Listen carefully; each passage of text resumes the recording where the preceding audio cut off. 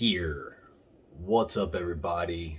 This is the 2022 proper Oscars with your host, Clayton. Thank you for watching this video. This is the big one. This is what all the movie reviews up to now have been building towards. So I've been promising that I would do my movie award ceremony, and I told you guys on my last review that it would be coming on Saturday. So I'm actually filming this on Friday. It's being released to you guys on Saturday. Hope you enjoyed this video, and please let me know your thoughts in the comment section. Please don't forget to like and subscribe, and if you will, please leave other movies in the comment section that you want to see me do reviews of, because now that we've got the proper Oscars out of the way, I now have a free schedule for movies to do reviews of. I do have some plans of certain movies that I would like to review, but I also want to do movies that you guys would like to see reviews of. So please leave those movies in the comment section below. And let's get into the 2022 proper Oscar award ceremony. Now, just as a disclosure, this list is my personal list. Okay, so if y'all's list would look differently than mine, that's totally okay. That's the beauty of subjectivity of film. We can all have our own opinions for whatever reasons we want. This is my personal opinion and my list of the movies that I saw in 2022. This would be my award ceremony to the best films of 2022. Now, there are some movies in 2022, obviously, that I didn't see. I didn't get around to seeing some. So if there are certain movies that, as we go through these awards, that you start thinking, why did this movie not get nominated here? It's probably because I didn't see it.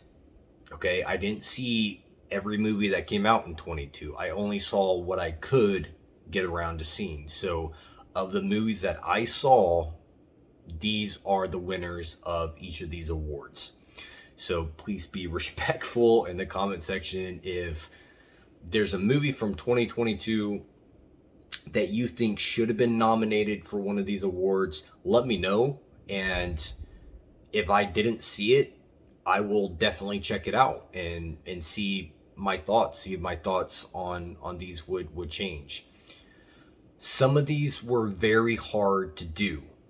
Some of these were very close in some of these categories. And honestly, in some of these categories, it could be a coin toss. I mean, it was razor close for some of these. I tried to be as objective as I could in these awards. I tried to put my bias feelings aside and really tried to critique the films as films, as they stand, as a film production. So that being said, I have my computer list pulled up here. We're gonna go through these awards. I'm gonna give the nominees, and then I will reveal the winner. There's 5 nominees for each of these awards. 5 nominees for each of these awards. So we're going to walk through the awards.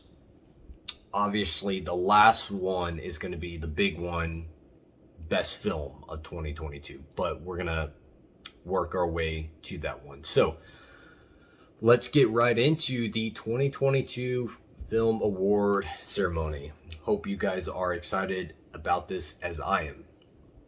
So here we go. First up, our first award of the evening, we have Best Score. So our 5 nominees for Best Score are The Batman, score by Michael Giacchino.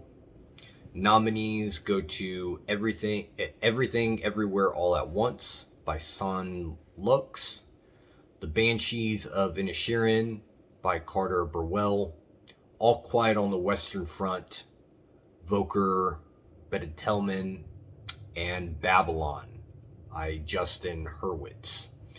So those are your 5 nominees, and the winner of Best Score for 2022 is The Batman.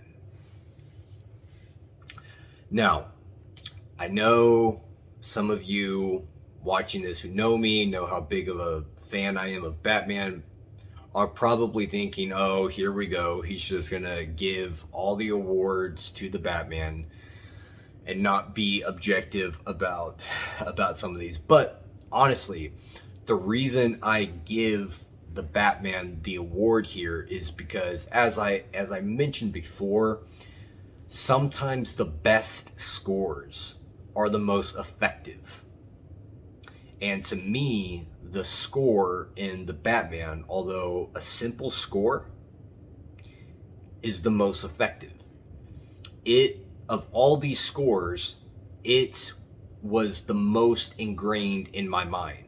After leaving the theater, after watching the movie, this score made the biggest impact on me, left the biggest impact. It was the most effective score.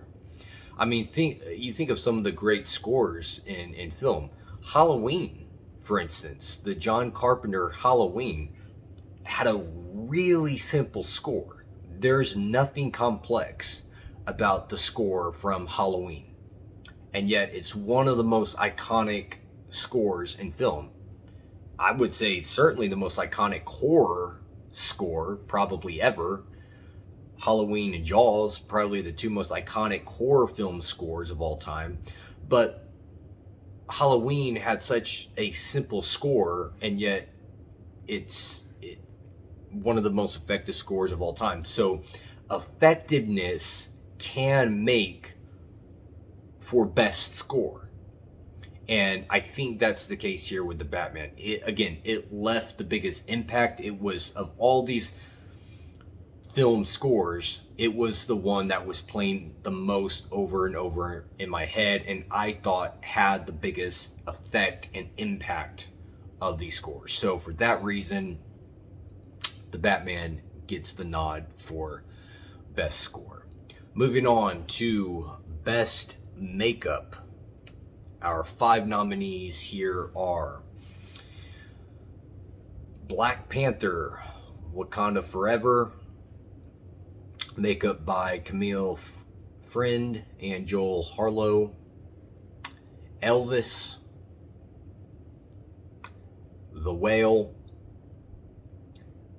The Batman, and, might come as a surprise to some of you, Terrifier 2. That's right, I said it. Terrifier 2 gets a nomination on my film award ceremony of 2022. This is one reason I wanted to do this ceremony, is because the Academy Awards oftentimes leave out films that did really, really great in particular categories, and I didn't want to be like the Academy. So if you guys have seen Terrifier 2, you probably understand why I have that as a nomination here for best makeup. If you haven't seen Terrifier 2, you're probably thinking, that weird, wacky horror film that was like banned from certain theaters because it was so bloody, why would that be receive a nomination here? Well, again, if you've seen the film, you would understand why. The makeup here is very well done, very good makeup design, and the fact that there's only one makeup designer in the film, and that was the director who did the writing, the directing, and the makeup here. So Damien Leone is the one who did the makeup. He directed and wrote the film. And having to do it without a large budget and having to do it on your own and being as effective with the makeup, extensive makeup in this film as it was, I do think it's deserving of a nomination here for Best Makeup. So it does get a nomination on my list. The winner for Best Makeup goes to The Batman. That's right, it's The Batman now. Gets the first 2 wins of the night, Best Score and Best Makeup. Makeup by Naomi Doan, Mike Marino, and Mike Fontaine. Incredible makeup here, and especially in particular with Colin Farrell. I mean, the complete transformation of Colin into the Penguin was just incredible makeup. Just completely losing Colin in that character and having this Penguin character emerge was just outstanding makeup design, I thought, for the Batman. You look at some of the others nominations: Black Panther, Wakanda Forever, good makeup, but I don't think there was anything as transformative as Colin Farrell in the Batman. I would say same thing with Elvis. Good makeup, particularly with Tom Hanks as Colonel Parker. But again, I don't think it was as extensive or as transformative as the Batman. And same thing with the Whale. Very good, very effective, arguably as transformative as the Batman. But then you look at all the other makeup stuff in the Batman outside of Colin Farrell, I think the Batman gets the nod there. So again, trying to use reason and objectivity here and put my subjective feeling aside, I do think the Batman gets the nod for Best Makeup of 2022. So moving right along. Next up, we have Best Costume Design. Here are your 5 nominees for Best Costume Design. We have Elvis, Everything, Everywhere, All at Once, Black Panther, Wakanda Forever, Babylon, and The Northman. And the winner for Best Costume Design goes to Elvis by Catherine Martin. Costume design by Catherine Martin. Yeah, just really good costume design here all around. I mean, the costumes look legit. They are very believable. There's a extensively wide range of costumes that have to be done here and still have the accuracy and effectiveness. And I just thought Catherine Martin pulled it off flawlessly. So yeah, great job in costume department by Catherine in this film. Great costume design, and Elvis gets the win. So moving right along, next up we have Best Production Design. The 5 nominees are The Northman, Amsterdam, All Quiet on the Western Front, Babylon, and Elvis. And the winner goes to All Quiet on the Western Front, production design by Christian M. Goldbeck and Ernestine Hipper. I believe I'm pronouncing that right. Yeah, outstanding production design here. This was a close one. I was really debating between All Quiet on the Western Front and The Northman. Honestly, it came down to those two, but I just felt like All Quiet on the Western Front had the more difficult design to do and to pull off.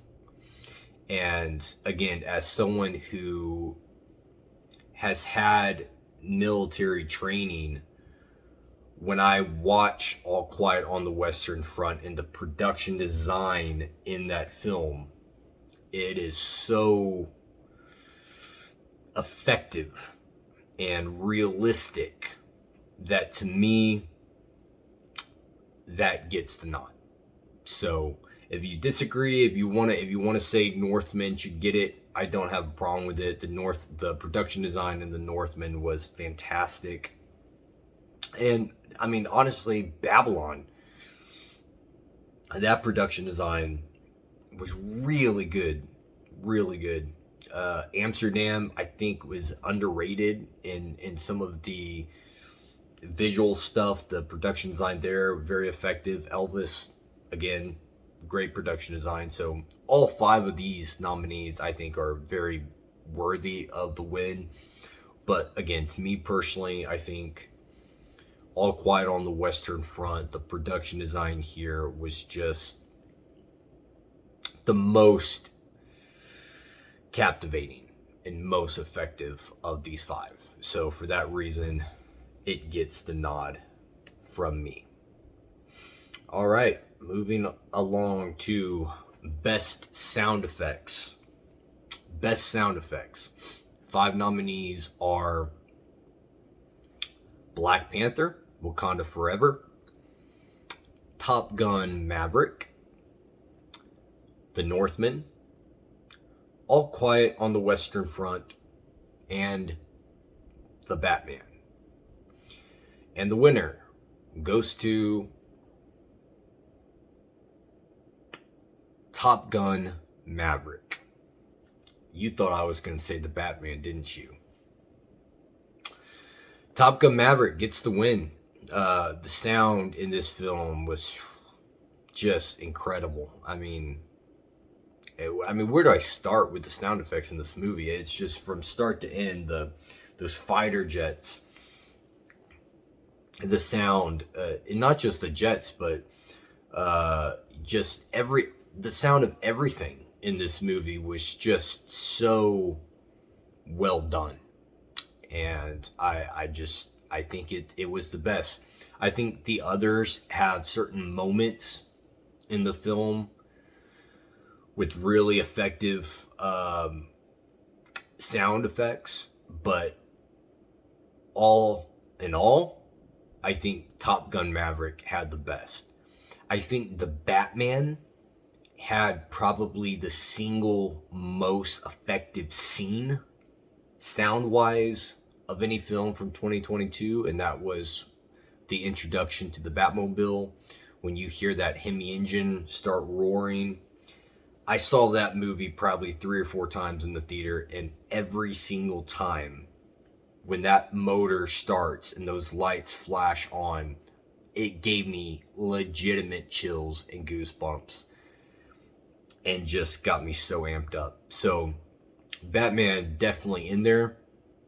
But again, I don't think the Batman from start to finish had as effective sound effects as Top Gun Maverick did from start to finish. So again, the total package involved here, I would say Top Gun Maverick gets the win for best sound effects. So there you go.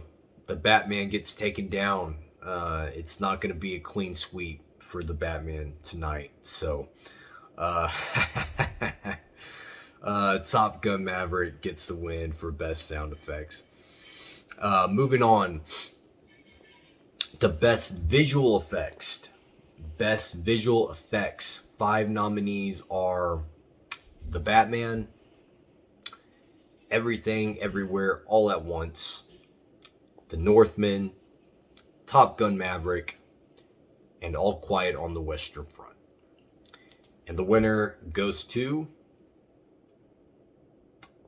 All Quiet on the Western Front by Frank Petzold, Victor Muller, Marcus Frank, and Kamel Jafar. I believe I'm pronouncing that right. Yeah, I mean, again, from start to finish, I think All Quiet on the Western Front has the most effective visual effects. You're going to be hearing me say that term a lot tonight, most effective, because at the end of the day, that's what films should be doing. They should be having an effect on the viewer in some way or another. If it's a horror film, it's supposed to have an effect of horror on you. It's supposed to scare you. If it's a comedy, effectiveness would be in laughter and humor. It's supposed to have an effect of humor. So effectiveness is ultimately what I'm looking for in each of these categories. And I think the visual effects for All Quiet on the Western Front, again, the most effective. You feel like you're in the war. You feel like you're down in the foxhole, bunkered down with these guys. And it is very, very effective. So, yeah. Other good honorable mentions, though. The Northman, visual effects were outstanding in that movie. Really blew me away. Everything, Everywhere, All at Once. I mean, some of the stuff in there still baffles me as to how they pulled that off. I mean, it was, yeah, I don't know how they did it, but I do think All Quiet on the Western Front, again, from start to finish, the most effective visual effects. It gets the win. So, moving on now to Best Cinematography. 5 nominees are Elvis, Top Gun Maverick, The Batman, All Quiet on the Western Front, and The Fabelmans. And the winner goes to The Batman by Greg Fraser. Yeah, look, the cinematography here in The Batman is just incredible. I think the cinematography in The Batman does the most to me. It has the most variety of camera shots. It has the most effective lighting and composition. I think what they did with the camera work was the most impressive and effective. It was a masterpiece of cinematography in The Batman. It really, really was. Elvis had really good cinematography, but I don't think they did as pulled off as many difficult shots as they did in The Batman. All Quiet on the Western Front, really great cinematography. But again, I don't think they had as much different camera work or as much variety of shots in that movie as they did in The Batman. Top Gun Maverick, great cinematography, very effective.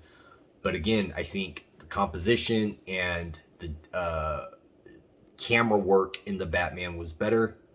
And then The Fabelmans, very effective, but not as difficult shots to pull off as The Batman. So again, looking objectively, not just, oh, it's The Batman, I'm going to give it the win, but looking objectively at it, I do think The Batman had the best cinematography of the films that I saw in 2022.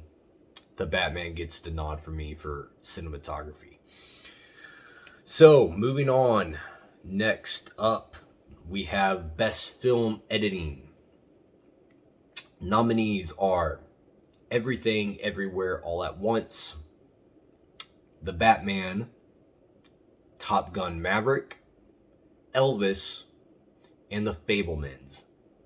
And the winner goes to Everything, Everywhere, All at Once. Yeah, I mean, look, if you have seen this movie, I don't think this will come as a surprise to you. If you have not seen this movie, you might be thinking, was it really that good to be put over Top Gun Maverick, for instance, that had outstanding film editing? Was it really good enough to be put over Elvis, that had such smooth transitions throughout? Uh, yes, it was. The level of difficulty for film editing in Everything, Everywhere, All at Once. I, I don't know how Paul Rogers, who was the film editor, managed to pull that off. It is truly mind blowing that he was able to do what he did. It's Everything, Everywhere, All at Once is hard. It's a hard film to put into words for some of these things, because you just have to see the movie to understand these things. Again, if you've seen the movie, I'm sure this does not come as a surprise at all that this wins Best Film Editing. The difficulty, all of the shots that Paul Rogers had to cipher through, mesh together with smooth transitions and precise cuts throughout.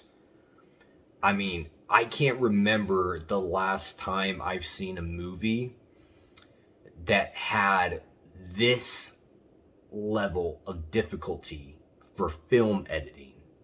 And yet, this pulls it off flawlessly. Yeah. I mean, I hate to make this statement, because there's a lot of films that I'm not thinking of, but just off the top of my head, this might be the best, the single most impressive film editing that I've ever seen in a film. Again, I'm sure there's a lot of films I'm not thinking of. I haven't thought that through, but just off the top of my head, it may be the most impressive. I mean, again, if you haven't seen it, check it out and you'll understand where I'm coming from. Everything, Everywhere, All at Once. Best film editing, well deserved.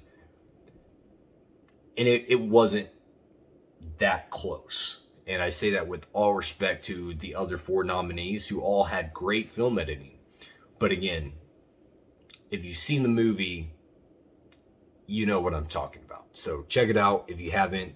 Everything, Everywhere, All at Once. Paul Rogers wins Best Film Editing. Next up, we have Best Adapted Screenplay. Best Adapted Screenplay.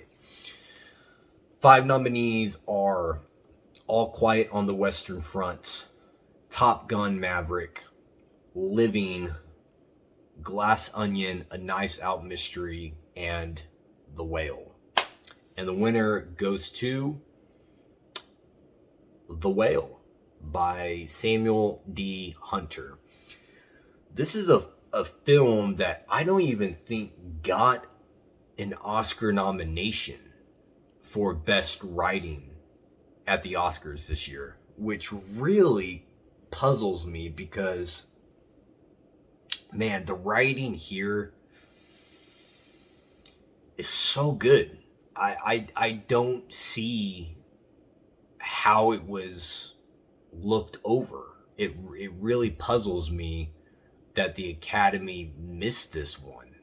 And in the it was nominated for a couple awards, but I don't see how or why it wasn't nominated for Best Writing.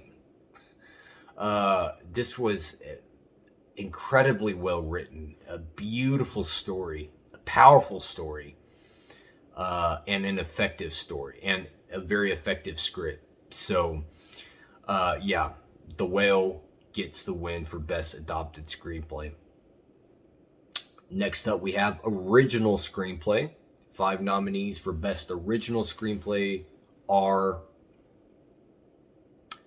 Tar, The Fabelmans, The Batman, Babylon, and Everything Everywhere All at Once. And I almost said the Oscars. And the winner is Everything Everywhere All at Once. Yeah. Again, if you've seen the movie, you can probably understand why. You probably do understand why. It's probably not that shocking. If you haven't seen it, it might be a surprise, but I just don't see how someone writes this film. It is so innovative and so creative and so original.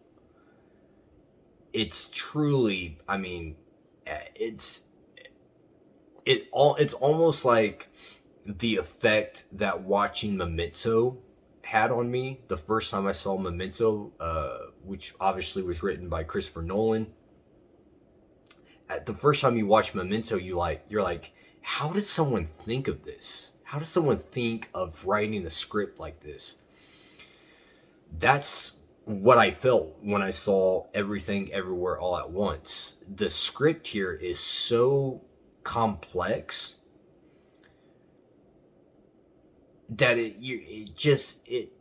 leaves you breathless, in the sense of like trying to figure out how they weaved this story and this script together. Yeah, it's best screenplay of 2022, original screenplay.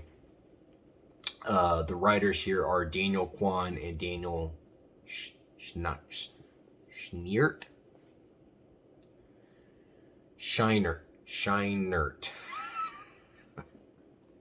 I'm butchering that name. Scheinert. Yes. Daniel Kwan and Daniel Scheinert. Yeah. Again, watch the movie, guys. That's all I can say. Watch the film, and you'll know what I'm talking about, man. This was an incredible, not just great script, not just great film editing. It was an incredible film. So, yeah, definitely check it out if you haven't. The story here, the script, and the film editing are some of the finest that you'll see in film, in my opinion. So, yeah, Everything Everywhere All at Once gets the trophy for Best Original Screenplay. Next up, we have Best Director. Here we go. Best Director. 5 nominees are The Fabelmans, The Batman, All Quiet on the Western Front, Everything Everywhere All at Once, and Elvis. And the winner is All Quiet on the Western Front, directed by Edward Berger. So, yeah, this was another close call. I was bouncing back and forth. I think my top 3 candidates here were All Quiet on the Western Front, Everything Everywhere All at Once, and The Batman. I think those were my top 3. But I gave the nod to All Quiet on the Western Front, directed by Edward Berger. I just think that, again, the effectiveness of his directing in this movie was the best out of all these. Bringing everything together that a director is responsible for bringing together I mean, what more could you have asked for from your director in this movie? It's just outstanding, outstanding directing by Edward Berger. So uh, he makes you feel everything that he wants you to feel. The effectiveness of the scenes work together, the editing, the cinematography, the sound, the visuals, everything comes together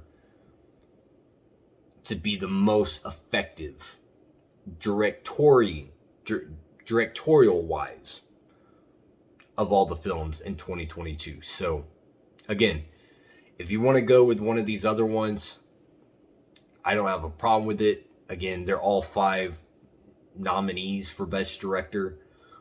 So, they're all deserving. But to me personally, again, effectiveness in directing, all the elements of directing put together, I think Edward Berger got it done at the highest level here. So All Quiet on the Western Front wins Best Director. And moving on now into our acting categories. So first up in the acting category, we have Best Supporting Actress. Best Supporting Actress. Our 5 nominees are Amsterdam by Margaret. Sorry, let me redo that. 5 nominees.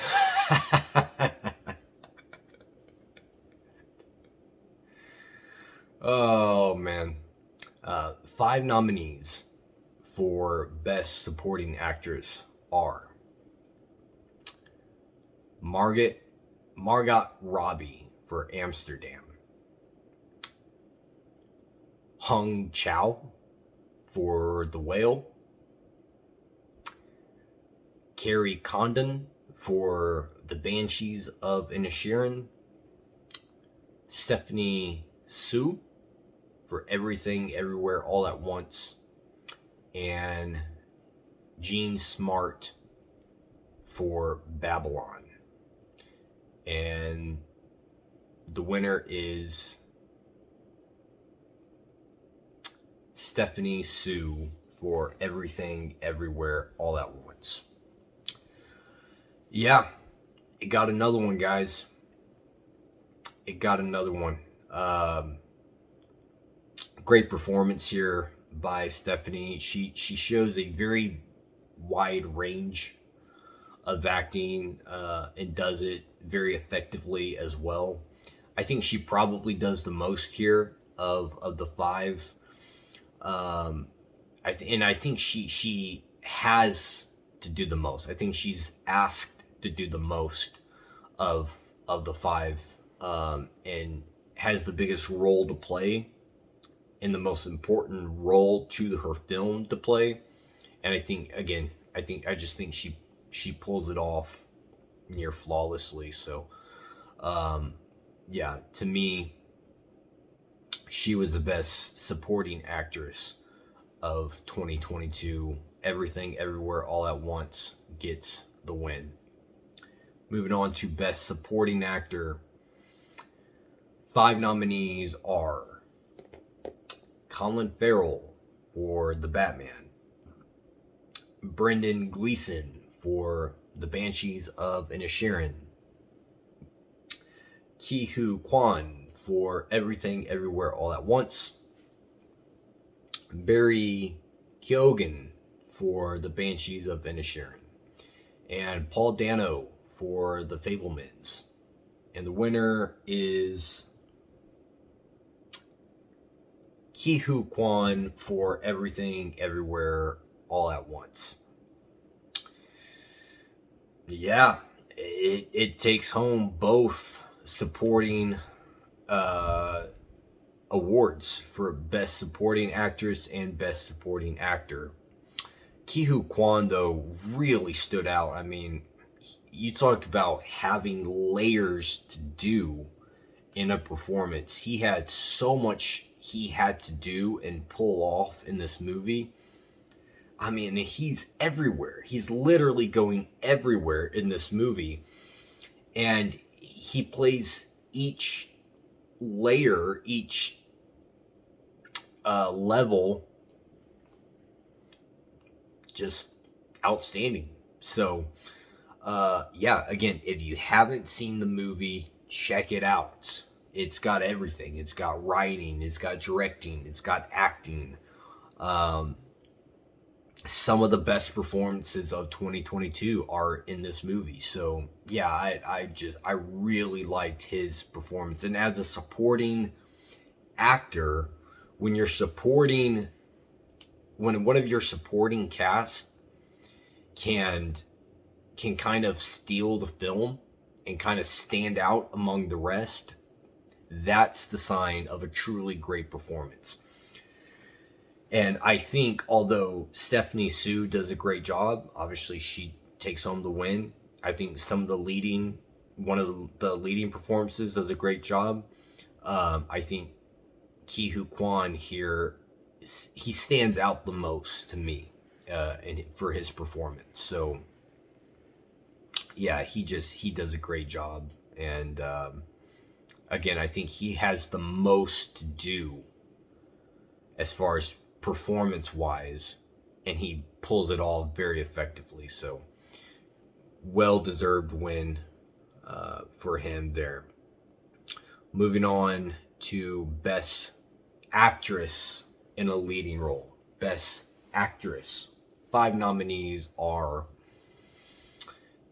Tang Wai for Decision to Leave, Cate Blanchett for Tar, Mia Goth for Pearl, Michelle Williams for The Fabelmans, Andrea Riseborough for To Leslie, and Michelle Yeoh for Everything Everywhere All at Once. And the winner is Tar, Cate Blanchett for Tar. Yeah, this was a great performance, man. Great performance by Cate Blanchett, playing a real life person. And yeah, I mean, she is very, very believable as Tar in this movie. If you haven't seen the movie, I think if you're a fan of acting and of really strong performances, then you might want to check it out. As a film, it's probably not a film I would go back to anytime soon. But her performance, to me, stood out the most among these 5 nominees. Some very good ones in this category, but again, to me, Blanchett stood out the most as the most effective performance among her peers. So she takes home the win here. Moving on to Best Actor in a Leading Role. 5 nominees are Brendan Fraser for The Whale, Austin Butler for Elvis, Gabriel LaBelle for The Fabelmans, Bill Nye for Living, and Christian Bale for Amsterdam. And the winner is Brendan Fraser for The Whale. Now, this may be the closest category of this ceremony. I couldn't decide which one to give it to. It was a toss-up between Brendan and Austin for Elvis. Austin Butler did such a great job as Elvis. It was razor close between him and Brendan Fraser I kept going back and forth, trying to weigh everything out in my head. Um, but what I finally settled on, and why I gave the edge to Brendan, is because, to me personally, um, a free a free interpretation beats an impersonation. A free interpretation beats an impersonation. That's just my personal rule that I go by with acting. A free interpretation beats an impersonation.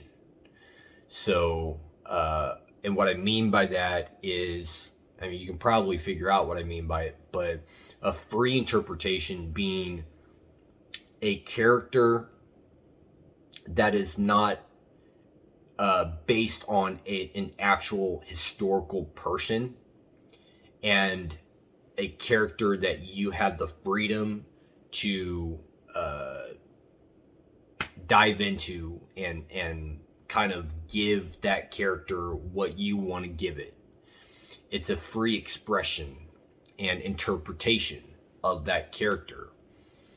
Whereas an impersonation is just that. It's an impersonation of a real life historical figure. So a free interpretation beats an impersonation, to me personally. And the reason for that is because I feel like it is harder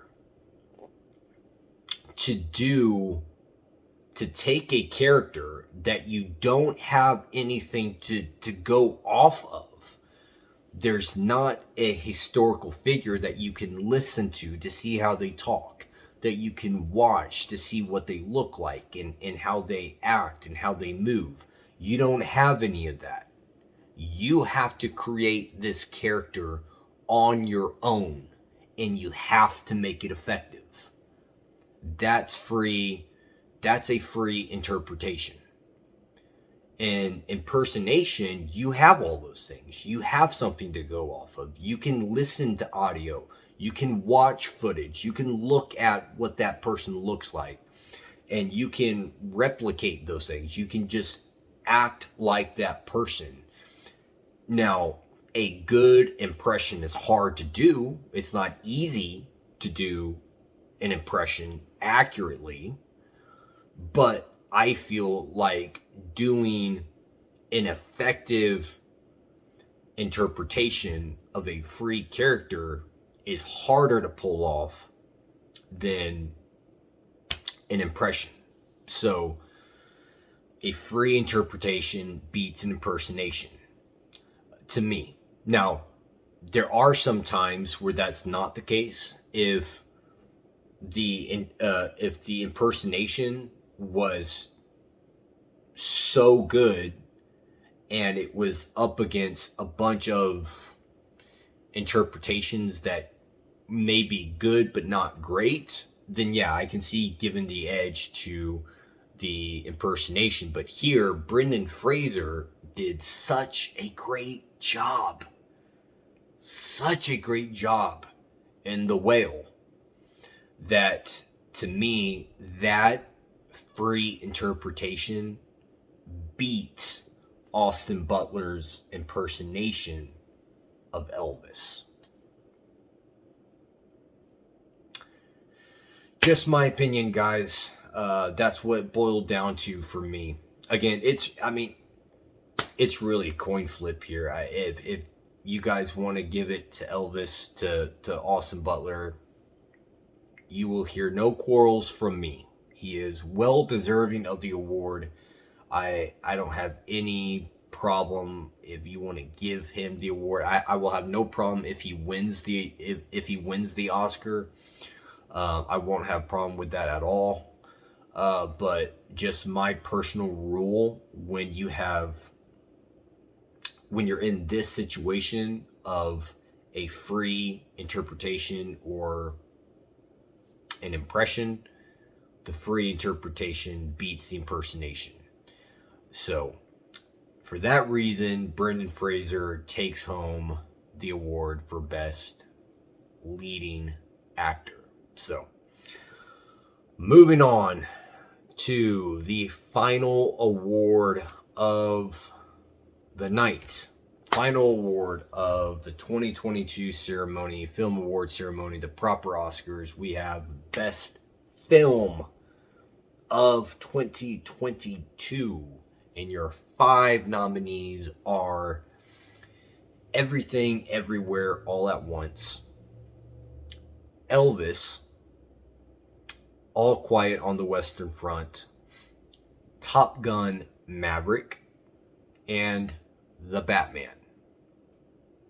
And the winner of the best film of 2022 in the first ever proper Oscar ceremony in Clayton's movie lair goes to